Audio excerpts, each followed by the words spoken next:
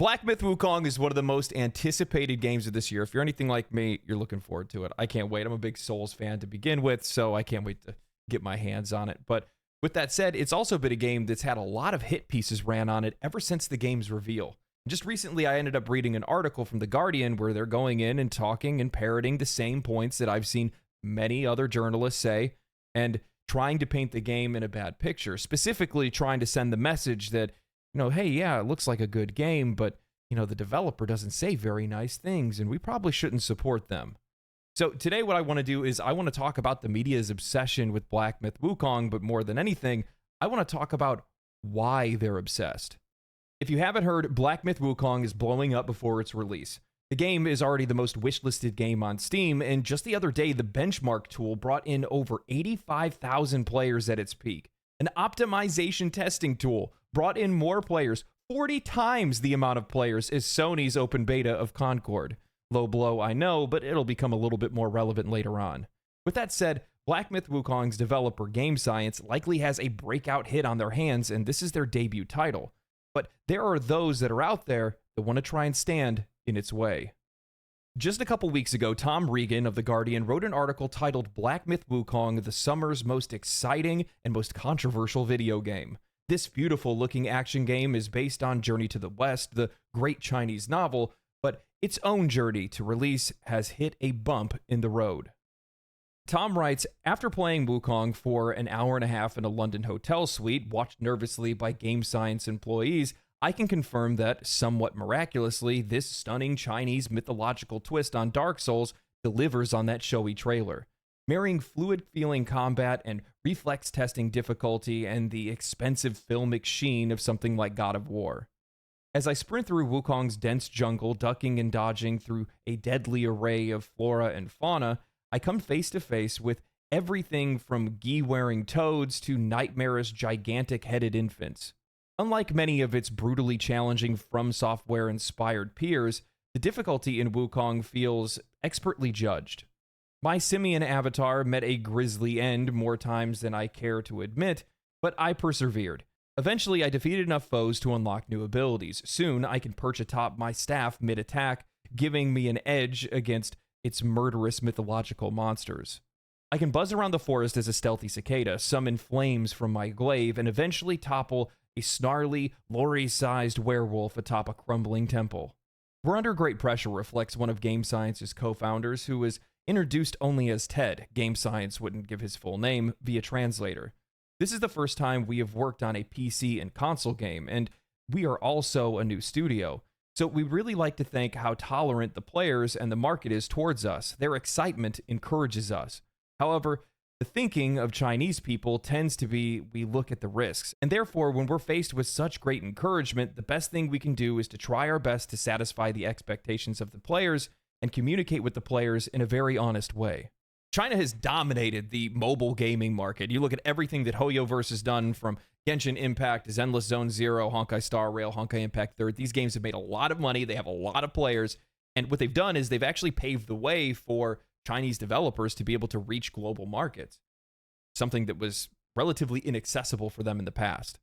And in that, I'm actually kind of surprised that we're not seeing more skepticism when it comes to a new studio that hasn't released a game before, that's releasing a AAA game that looks as good as this does, and it's coming from a country that we normally don't see a lot of games come from in the first place. But I think it's great that we are seeing that support, because from my perspective, I just want to see more video games, and the more countries that are out there that are making them, the more diverse ideas and cool games that we can play, and that's what I'm all about. And to be honest, we haven't really even seen that many AAA games come from China in the first place. I think the only one that I can think of off the top of my head is like Rocket Blade Point. That's pretty much about it. But one of the things the developers brought up was that they feel like they're under a lot of pressure, and I don't think people really understand or recognize just how much pressure that they're under. Because keep in mind, they have far more rules and restrictions that they need to follow before they can even try to ship a game outside of their country. And way more restrictions than Western studios have, that's for sure. But with that said, you also have, clashes in culture and things like that. And I think what they've chose to do, especially with Black Myth Wukong, is just, emulate the success of another game and try to adapt their ideologies or their philosophies of game design into their game. And that's what Black Myth Wukong kind of represents to me. It's a smart idea. You're going to be able to hook up with a pretty large audience because a lot of people really like Souls games, especially after Elden Ring. So it's a great idea to be able to reach as many players as you possibly can. But one of the other difficulties that they're running into is one that's completely unnecessary. And it's the fact that for some odd reason, there are a lot of Western critics that do not want to see this game get any level of success. Tom continues with his article saying, I am unfortunately met with very little honest communication when I bring up a report from IGN which related alleged sexist comments from multiple developers at Game Science, as well as those in leadership roles. I presented Ted with the opportunity to address those claims of misogynistic posts and whether he feels they represent Game Science's values.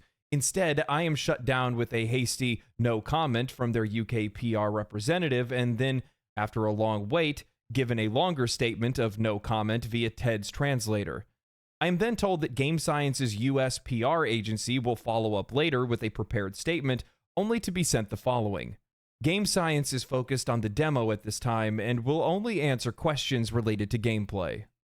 The same thing happened to an IGN reporter at a demo in Los Angeles last month. It is disappointing that Game Science is opting to invite journalists to speak to them and play the game, but refusing to answer their questions. Perhaps there is no reassurance to offer. A generous reading of the situation would be that this is an inexperienced studio petrified of saying the wrong thing.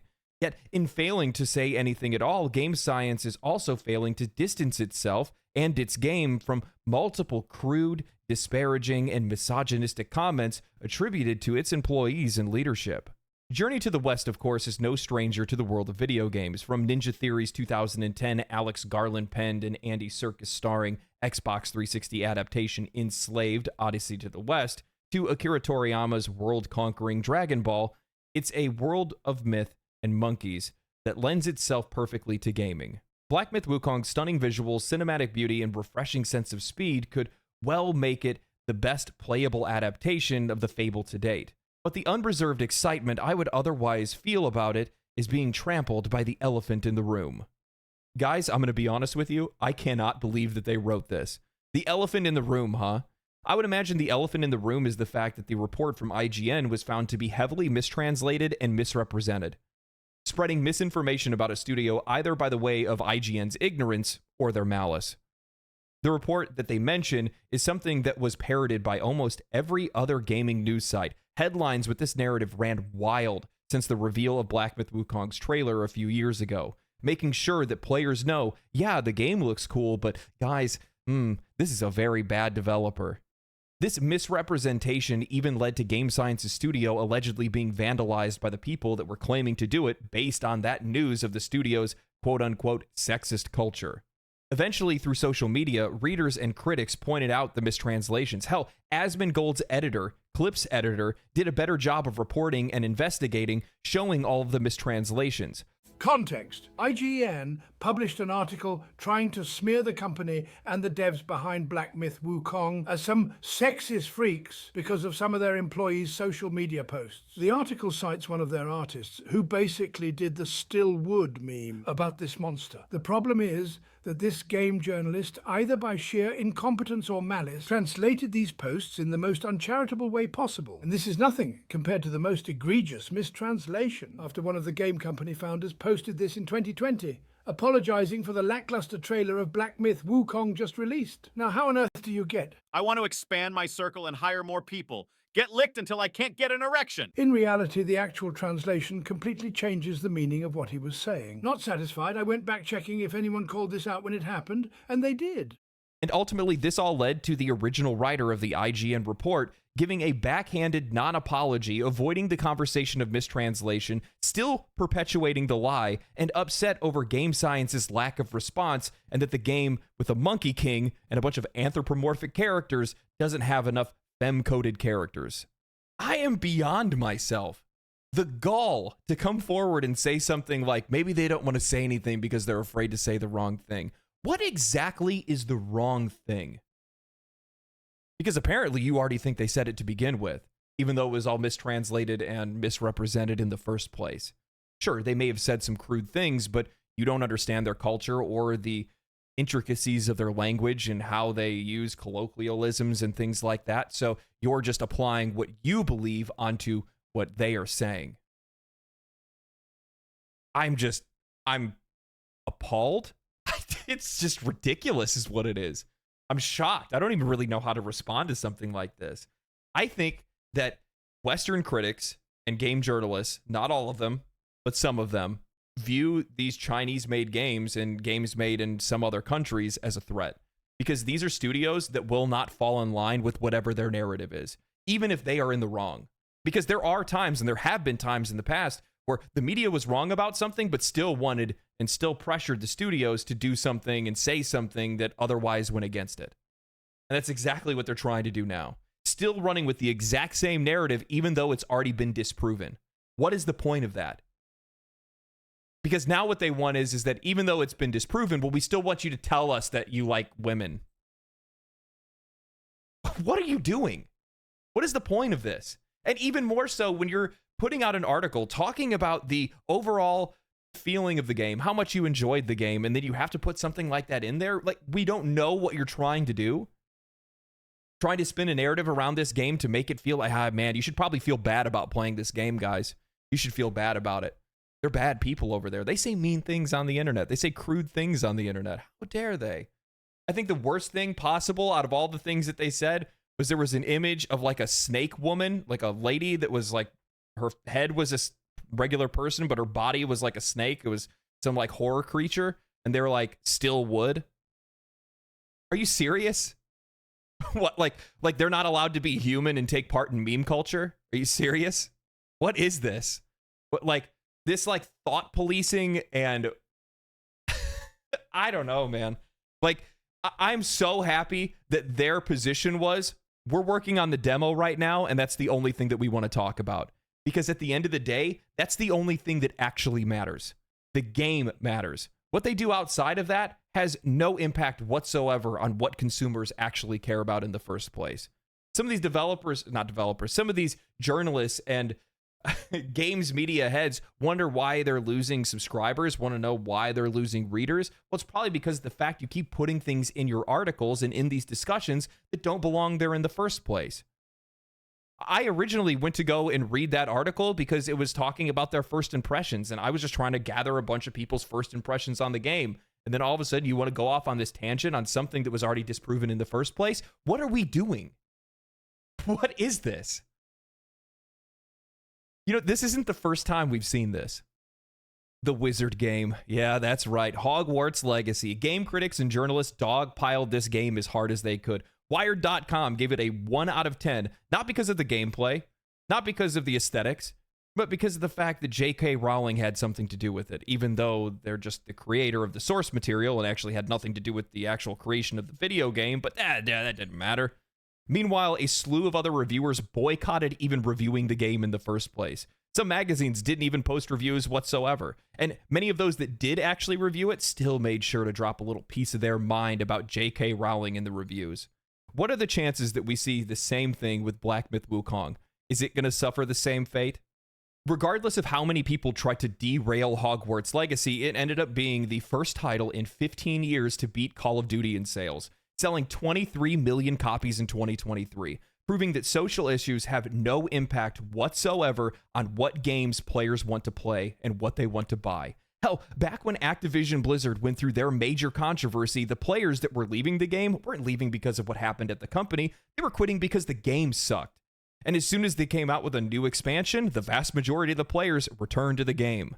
I think that there are those in media today that are afraid of losing influence, afraid of games, studios, and publishers that they can't pressure in some way, shape, or form. If the readers aren't listening and the game makers don't listen either, then their relevance is nothing more than a flickering candle in the wind and they're running out of wick. There is no verifiable proof of game science mistreating their employees. And the only thing that you have to go off of are some jokes that they have made on the internet that any other human would make. Things that you see all of the time. Creating victims out of thin air. What's probably worse for them is the truth that they're coming to realize. Customers only care about the value of the product itself and not how it was made or who it was made by. Catering to these niche audiences who actually do buy things based on morals is useless because likely they don't even exist in the first place, and even if they did, they probably don't even play video games. This is only another factor that devalues the perspective and the voice of traditional games media and reviewers. And I know that there are good professional journalists and reviewers that are out there, but I wish that they were calling this kind of stuff out, especially the writer from IGN and The Guardian, because this is only serving to damage their credibility and the credibility of all games media. The lack of independent thought and reasoning within games media today is staggering. It just blows my mind. At this point, I cannot wait for Black Myth Wukong to come out, not because I can't wait to play it, which obviously I can't wait to play it, but just to see the hot takes, because you know for a fact, because for how long some of these different articles, journalists, and media sites have been running this headline and running with this narrative, you know they're going to be including that stuff going forward. Still trying to ask and find out, yeah, but you still didn't say that, you know, it doesn't reflect on your studio or anything like that. What does that even matter? Like, they haven't made a joke or a crude joke or anything like that in the past. It's so disingenuous. And that's one of the reasons why the vast majority of people have just completely turned off of reading articles or IGN or any of these companies anymore, is because it's so disingenuous. It's so fake. It's so fake. You don't care about any of these things. You're just searching for a headline that you hope will get clicks. That's all it is. Everybody can see it. Everybody knows it. And most of this stuff now, you're just making it up out of thin air. It's just even worse, because now it's not only that, you know, we didn't find you entertaining, right? So we stopped reading because of that, but now we can't even trust the words that you say because you're just going to say whatever you want to hopefully try to get somebody to look at what you're saying. What's funny is, and I should have brought this up, I might end up making another video about this, but recently I just saw that PC Gamer put out an article talking about putting community notes on YouTube videos and how this games writer was talking about how, you know, how much YouTubers like to lie. Pot calling the kettle black. Meanwhile, none of these journalists seem to hold each other accountable. You guys ever notice that? You see YouTubers all the time. They'll go back and forth. Somebody will say something. They'll hold them honest. They'll make videos on it. Obviously, they can farm it. But you don't often see any of these games journalists ever going after one another for anything. Somebody writes a bad article or they lie about something or misrepresent something, nobody wants to talk about it. At least not on the professional side. I mean, they could call that professionalism. I could call it dishonest. Anyway, I'm looking forward to Black Myth Wukong. What about you guys? Anyway, I'm going to get out of here. Thank you guys for watching. I hope you guys enjoyed the video. If you guys did like the video, subscribe to the channel and catch me live on Twitch if you guys want to watch me play some video games, talk about gaming news, and chill out. Anyway, stay cool, stay righteous, stay safe, my friends, and I will see you guys in the next video. Peace. Family, family, family, family.